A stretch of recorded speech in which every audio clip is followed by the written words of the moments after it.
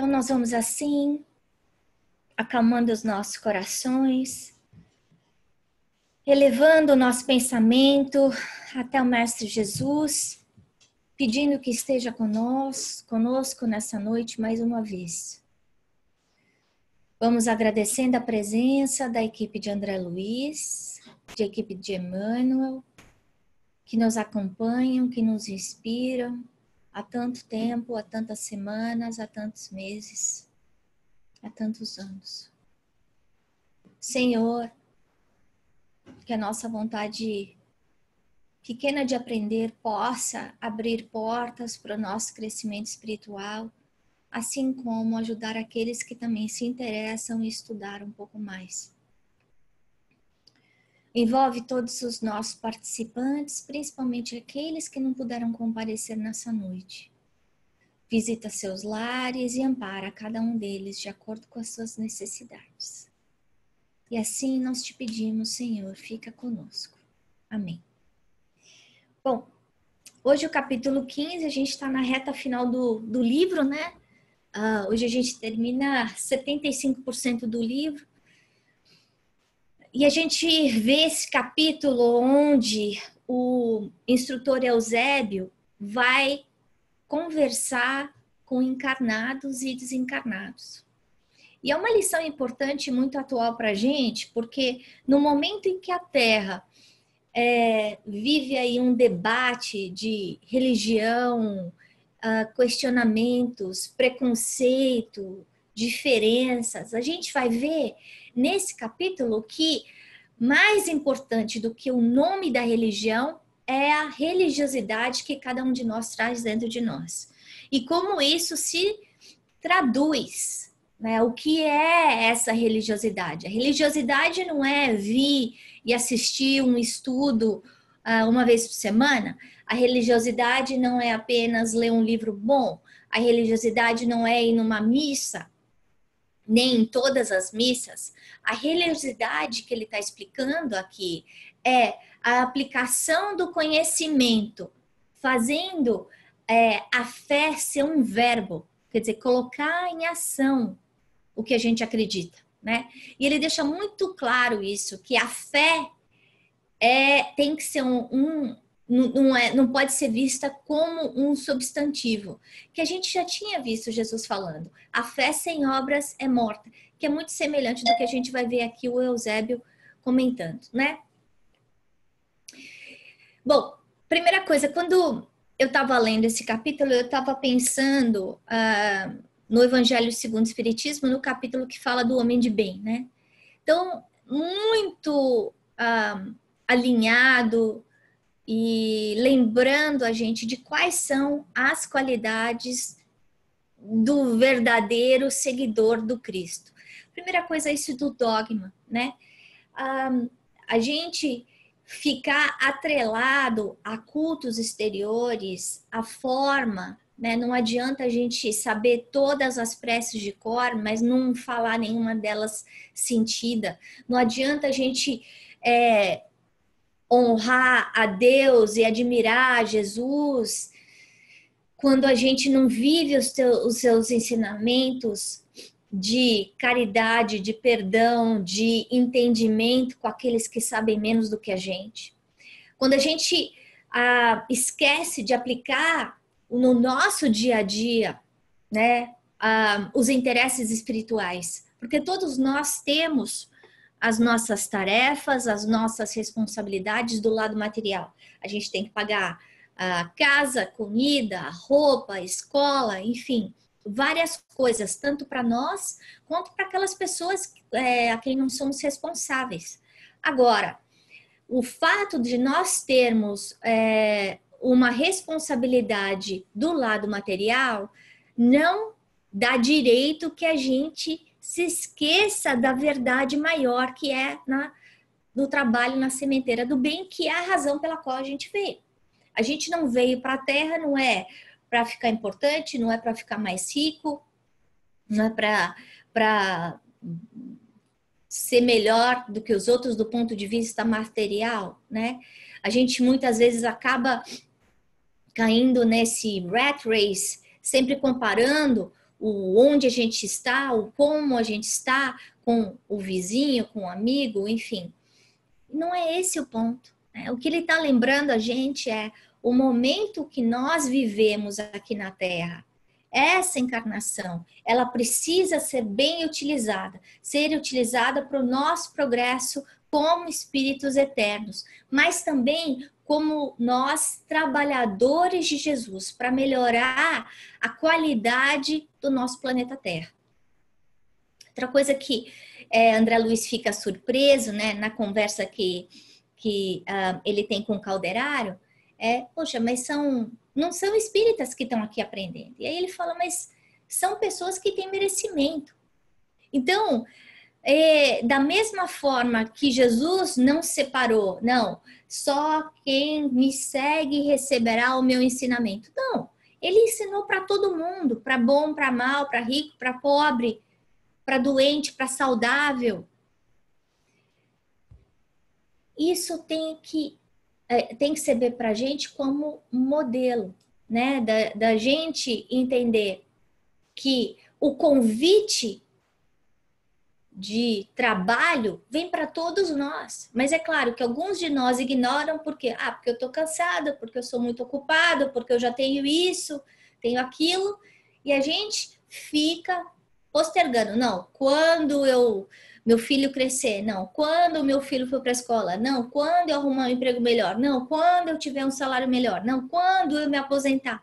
E a vida passou. E a gente perdeu a oportunidade de trabalhar na seara de Jesus, como provavelmente nós nos comprometemos. Então, essas pessoas que estão aí, somos todos nós, de várias religiões. Pessoas que têm boa vontade, que têm interesse de fazer o bem, mas que estão precisando de um puxão de orelha.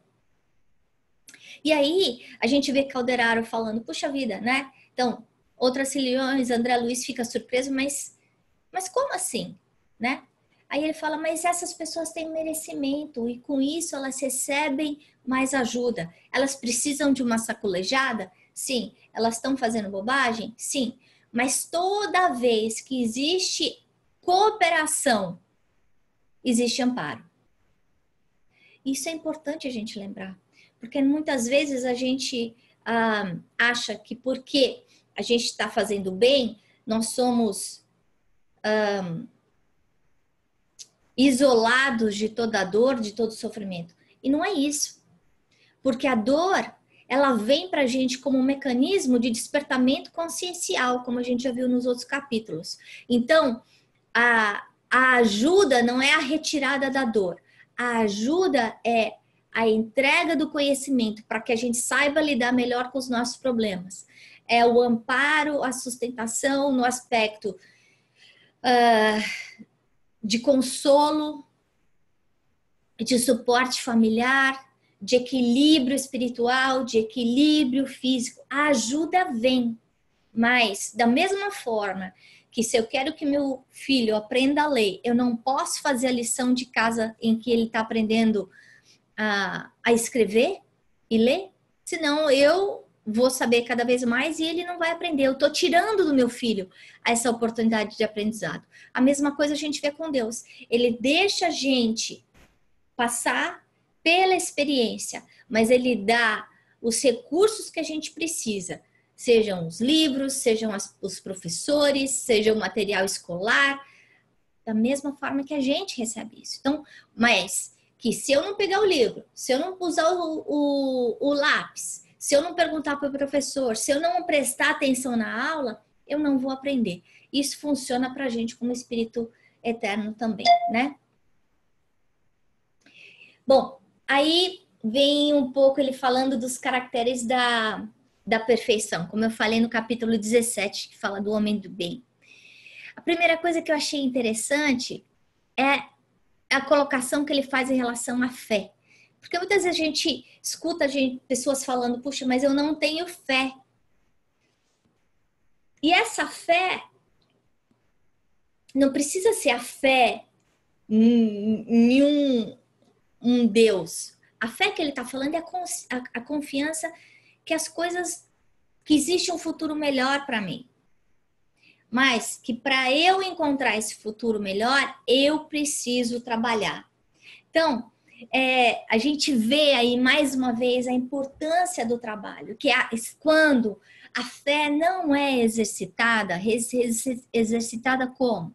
Com resignação, com paciência, com perseverança, com suor e lágrimas, sim, porque a gente vê a nossa fé não é só na hora boa, é principalmente na hora ruim.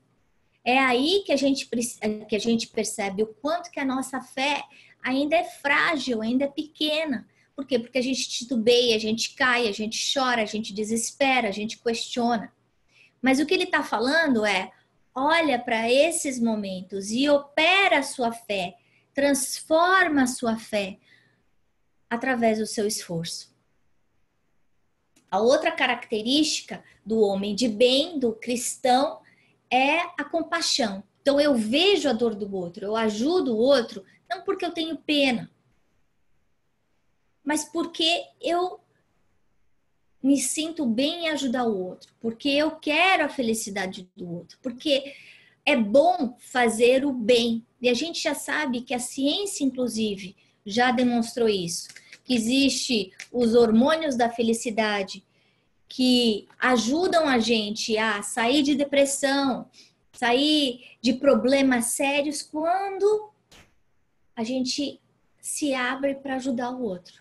Porque enquanto eu estou olhando só para mim, me sentindo vítima e com pena de mim e da vida desgraçada que eu tenho, as dores que eu passo, as dificuldades que eu tenho, sejam elas financeiras, de saúde, de família, as frustrações, os traumas, enquanto eu só ficar olhando para mim mesma, eu vou carregar esses problemas. No momento em que eu saio de mim para ajudar o outro, eu percebo que não sou só eu que sofro. E que eu tenho alguma coisa para ajudar. E esse amor que a gente dá para o outro volta para a gente. Essa atitude positiva que a gente coloca perante a vida, que sai do lado de dentro de nós, reflete na vida externa. Então, se eu quiser ter uma vida mais feliz, eu preciso plantar para isso. E aí vem a lei do maior esforço. Né? Não adianta eu achar que eu posso ter um jardim florido se eu não rego, se eu não podo, se eu não semeio. Eu preciso cuidar da terra do meu coração. Cultivar essa terra. E dá trabalho.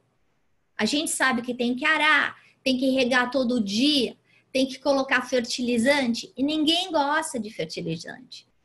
A gente sabe, cheira mal. Mas é um recurso fundamental para que a terra fique mais nutrida. E a gente vê que esse fertilizante, se ao mesmo tempo, se ele cheira mal, ele ajuda. O sofrimento, da mesma forma que incomoda, também ajuda na nossa evolução. Mas então, é importante a gente perceber essa ligação profunda que ele faz entre a fé e o trabalho, entre a atitude positiva e a nossa renovação, a nossa reforma íntima, né? A nossa transformação. E através da ajuda, da confiança de um futuro melhor, né? Da ajuda aos outros e da confiança de um futuro melhor. Bom, aí ele fala da ajuda, que eu já toquei um pouco nesse assunto, que Eusébio explicando, que o ajudar não é tirar a dor, não é tirar a dificuldade. Muitas vezes a gente está passando por um problema, a gente fala, não aguento mais, eu não quero passar mais por isso, por favor, pai, tira essa pessoa da minha vida, ou cura o meu corpo, ou me ajuda nesse problema financeiro.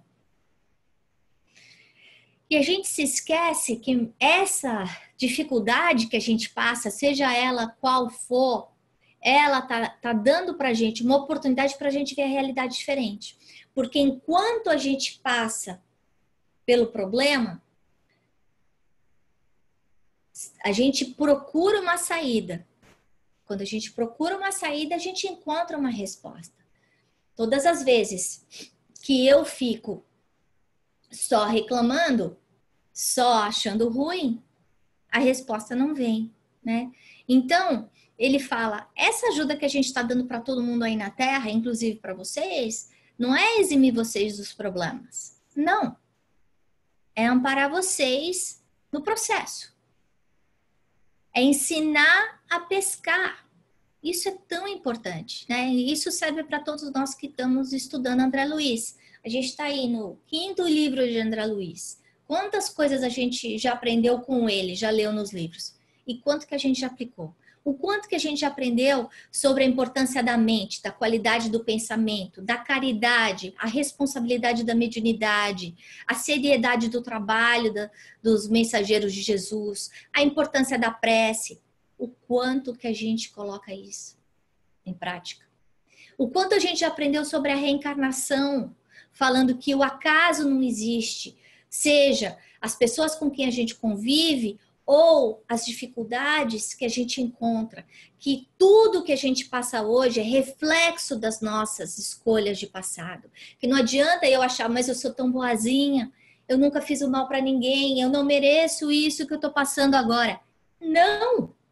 Colheita obrigatória. Então, é para a gente sair do momento de estagnação e acordar pela dor e trabalhar. Agora, como é que a gente consegue trabalhar num momento de desespero, num momento de dor? E aí a gente vê, inclusive, também provado pela ciência, que aquelas pessoas que têm fé, que acreditam em alguma coisa, conseguem melhorar muito mais rápido.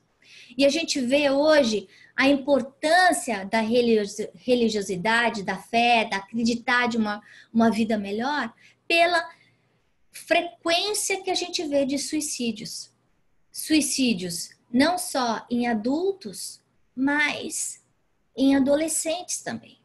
Aí vem o nosso papel como pais de plantar esses valores morais imponderáveis, ajudar os nossos filhos a aprender que existe mais do que os problemas do dia a dia e lidar com essas dificuldades com calma, com equilíbrio. Isso só vem com a fé. Se a gente imaginar que as coisas nunca vão melhorar, então por que eu vou continuar vivendo? É melhor eu acabar com a minha vida agora.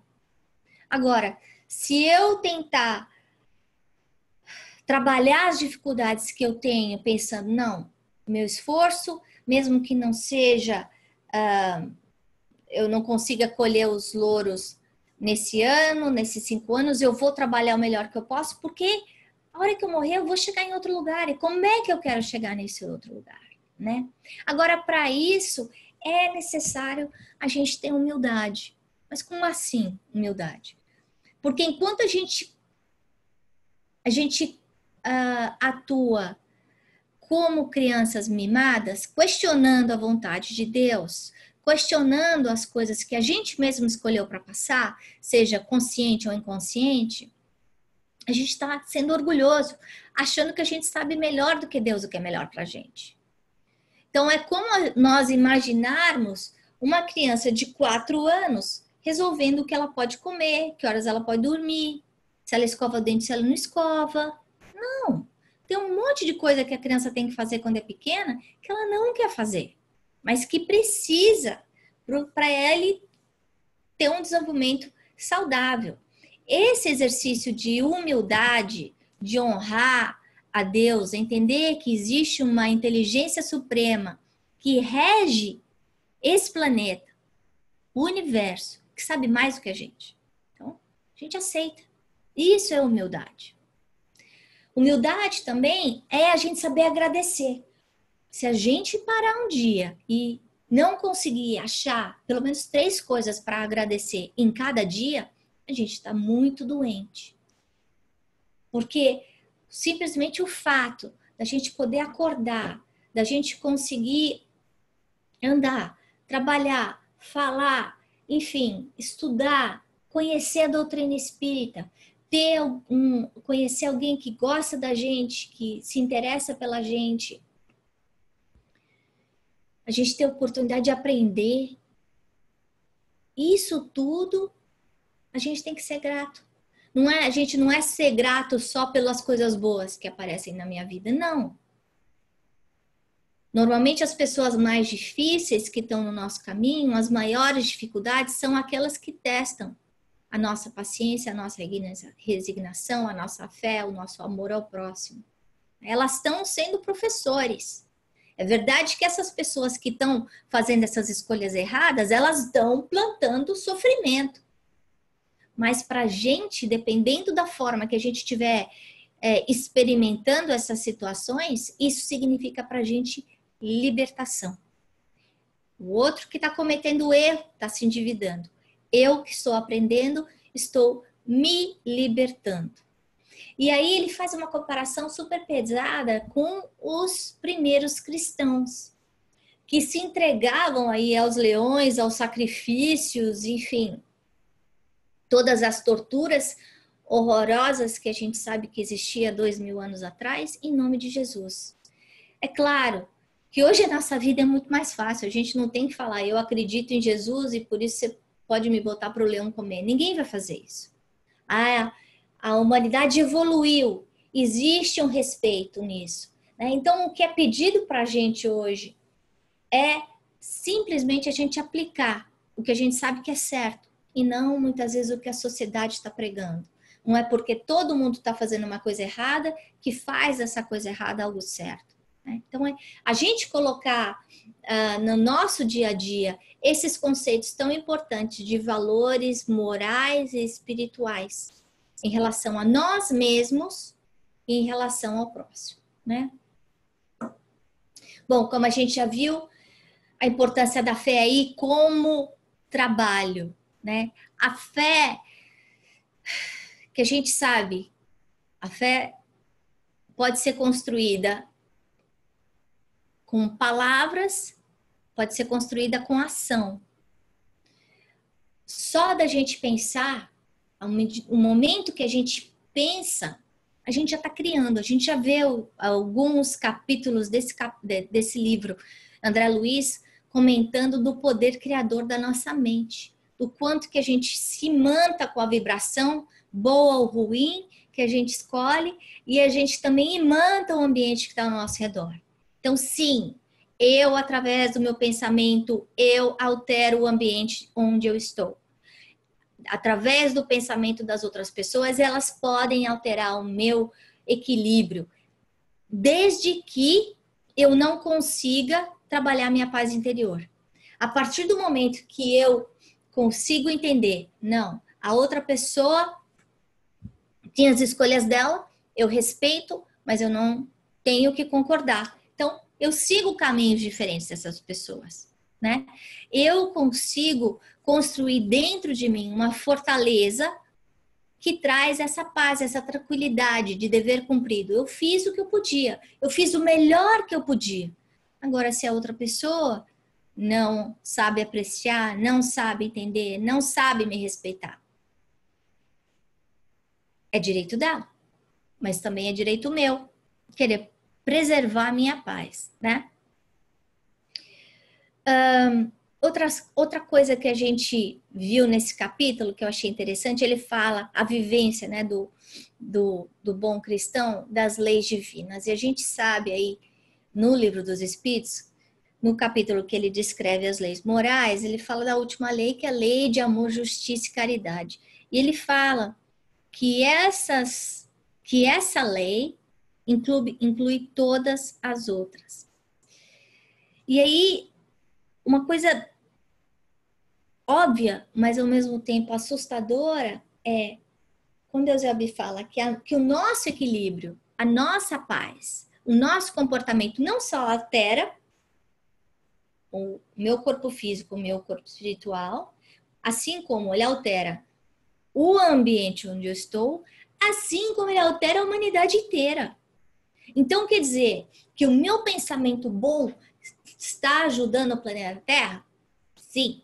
Então, quer dizer que o meu pensamento de tristeza, de raiva, de ódio está atrapalhando a harmonia da Terra? Sim. está atrapalhando a harmonia de todas as pessoas. Olha só a importância do nosso papel como trabalhadores da seara de Jesus. A gente fica imaginando que o nosso trabalho é insignificante, né? Quando Eusébio está explicando para a gente que não, é fundamental para a evolução do planeta. Através das nossas escolhas pequenas, simples, a gente consegue ajudar muitas pessoas, muito mais do que a gente imagina, né? Outra coisa é, quando eu tenho fé, eu consigo equilibrar os meus pensamentos, as minhas escolhas, né? E diminui a minha chance de erro, né? Então, ao invés de eu brigar, eu vou calar, porque eu penso que é mais importante eu manter a minha paz, ou manter a paz do ambiente, ou eu entender que aquela pessoa tá na minha vida não para eu brigar, mas para eu conseguir me acertar, aparar as diferenças, né? Então, a fé também funciona para ajustar as nossas qualidades. Essas paixões que ele está falando são os nossos vícios de passado, sejam eles quais forem, mas a gente sabe que todos eles nascem do orgulho e do egoísmo. Então, a fé é o antídoto para o orgulho e para o egoísmo. Outra coisa, ele fala dos preconceitos, e quanto mais a gente vê essa quebra entre as religiões, entre as crenças, isso de eu querer proteger a minha igreja versus a outra igreja, e a gente vê isso inclusive no mundo espírita. Isso a gente não está falando do vizinho, a gente está falando de nós mesmos.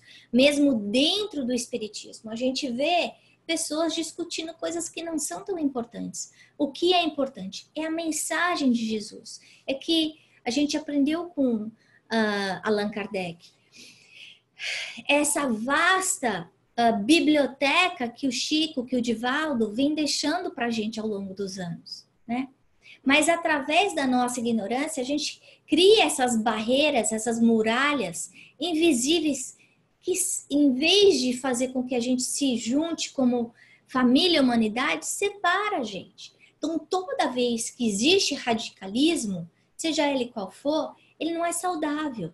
Ao invés de trazer fraternidade, ele traz divisão. A outra coisa, quando a gente está pensando só no que é bom para a gente em relação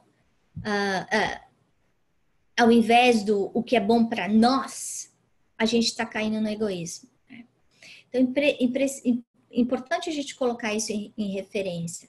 Se eu estiver fazendo alguma coisa, seja bom para mim, mas em prejuízo do próximo, isso é um não. Isso é ser egoísta. Então, ser egoísta não é eu cuidar de mim, é eu cuidar de mim em detrimento do que eu posso causar de mal para o outro, né? Então, se eu tenho filhos e eu falo, não, eu vou cuidar de mim, quero ser feliz, quero cuidar da minha vida e eu esqueço dos meus filhos. Isso é egoísmo. Né? E a outra coisa que a gente quer sempre é que as coisas aconteçam imediatamente, na hora que a gente quer. Isso também é falta de fé. A gente entender que a resposta de Deus vem sempre, mas essa resposta, assim como a resposta de um pai, de uma mãe, não é sempre a resposta que o filho quer. Porque nem sempre o que o filho quer, o que vai deixar o filho feliz, é bom para aquele filho. Ou pode deixar o meu filho feliz se eu comprar todos os brinquedos que existem no Target para ele. Isso vai ser bom para ele, como ser humano? Não, não vai. Posso deixar o meu filho feliz se eu comprar todos os bolos e todos os cupcakes e não fazer ele comer nenhuma verdura. Isso vai deixar ele feliz? Vai. Isso é bom para ele? Não. Eu não ensinar o meu filho a responsabilidade dentro de casa, colaborar com a família, em ajudar os pais, em ser bom para o irmão. Ele pode ficar feliz de poder ficar sentado no sofá enquanto todo mundo está trabalhando? Sim, isso é bom para ele? Não, ele vai crescer um adulto egoísta, querendo ser servido ao invés de servir. Então, esse imediatismo, a gente tem que mudar a sintonia. Entender que mais importante do que nós recebermos as nossas vontades serem aceitas, é a gente entender a vontade de Deus e qual é o objetivo, né? A hora que a gente morre, cai toda a máscara. Quando a gente morre, nós, o verdadeiro eu, vem. E se eu só falei e não fiz, se eu fui egoísta, se eu fui orgulhoso, se eu fui materialista, isso tudo vai aparecer. A gente sabe aí da justiça dos homens, da justiça de Deus. Muitas vezes eu não sou culpado perante a justiça dos homens, mas nos olhos de Deus, eu sou responsável não só pelo bem, pelo mal que eu faço, mas eu também sou responsável pelo bem que eu deixei de fazer. Então, todos os talentos que a gente tem aqui nessa vida, nesse momento, por exemplo, esse aprendizado, é a gente sair de hoje pensando o que é que eu vou fazer com esse ensinamento. Como é que eu vou transformar esse ensinamento num benefício meu, no benefício das pessoas que estão ao meu redor, né? E a gente imaginar que a morte é a libertação, não é verdade. A gente já viu isso. E nos próximos capítulos que a gente vai ver André Luiz visitando o umbral, a gente vai ver que, na verdade, dependendo do nosso comportamento, das nossas escolhas na Terra, a morte do corpo, na verdade, é uma prisão. A gente sofre mais do outro lado pelas nossas escolhas erradas do que a gente sofreria aqui. Isso chama a nossa atenção. Para quê? Para nossa renovação consciencial agora. Porque se a gente se liberta agora, o depois fica mais fácil, né? A gente está aqui na Terra passando férias, né? Umas férias na escola. Mas a nossa moradia real é no plano espiritual. A gente vai voltar a reencarnar quantas vezes forem necessárias até a gente não precisar aprender mais, sofrer. A hora que a gente não precisar mais sofrer, a gente já tiver aprendido tudo, a gente não precisa mais reencarnar. Mas até então, a gente passa tempos, quando é muito longo, são 90, 100 anos, a gente passa tempos curtos na Terra, mas a gente sempre volta para o lado de lá, que é o nosso verdadeiro lar. Então, para a gente encerrar nosso estudo de hoje, são 8 horas. Primeira coisa é, ele fala, o que é igreja, né? A igreja não é o templo. E aí, veio na minha cabeça a hora que ele falou isso, né? Então, não adianta eu achar que eu tenho que ser bom só enquanto eu estou no centro, né? Então, aí eu sou bonzinho para todo mundo. Não. A igreja é o lar da família cristã, tá bom? Então, todo mundo, quando a gente está lá, a gente tem que tratar os outros com respeito. Mas o lar, a gente já viu Jesus falando várias vezes, que é o santuário divino. Então, eu tenho que trazer esses valores de amor, de ajuda, de fraternidade para dentro do meu lar. A gente sabe que muitas vezes, mesmo dentro da igreja, seja da igreja espírita, do centro espírita, da igreja católica, protestante, não existe um lar cristão. As pessoas brigam entre si, às vezes entre igrejas. Então a gente já vê isso na mesma uma situação onde existe uma quebra aí dos valores, né? A mensagem está errada. Jesus veio falar de união e não de separação. Ele veio falar de amor e não de diferença, né? Mas a gente lembrar que o santuário da alma é o nosso lar. Então, como é que eu estou cuidando do meu lar? É aqui que que eu tenho a maior responsabilidade de viver os ensinamentos que a gente vem tendo aqui da doutrina espírita. E aí, o terceiro ponto que eu queria lembrar a gente é o comentário que a gente viu aqui no livro do André Luiz contando para nós, que aguardar o céu, menosprezando a terra, é insensatez. Então, se eu não sei valorizar a oportunidade da vida, se eu olho para a vida como um peso, como uma carga, com vontade de fugir, eu estou indo na direção errada. Eu não posso menosprezar a oportunidade da encarnação. Então, a gente saber aproveitar o tempo, que é o nosso maior tesouro, sem olhar para trás, sem culpa. Se eu não soube aproveitar no passado e o passado passou, o que é que eu posso fazer de diferente hoje para me melhorar, para melhorar a minha qualidade de vida e para melhorar a qualidade de vida das pessoas que estão ao meu redor, né? Então, era isso que eu tinha para dividir com vocês. E agora a gente abre para perguntas. Vou tirar todo mundo do mute.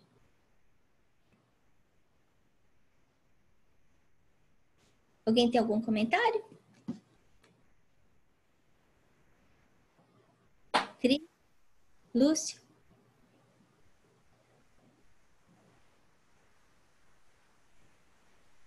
Algum comentário?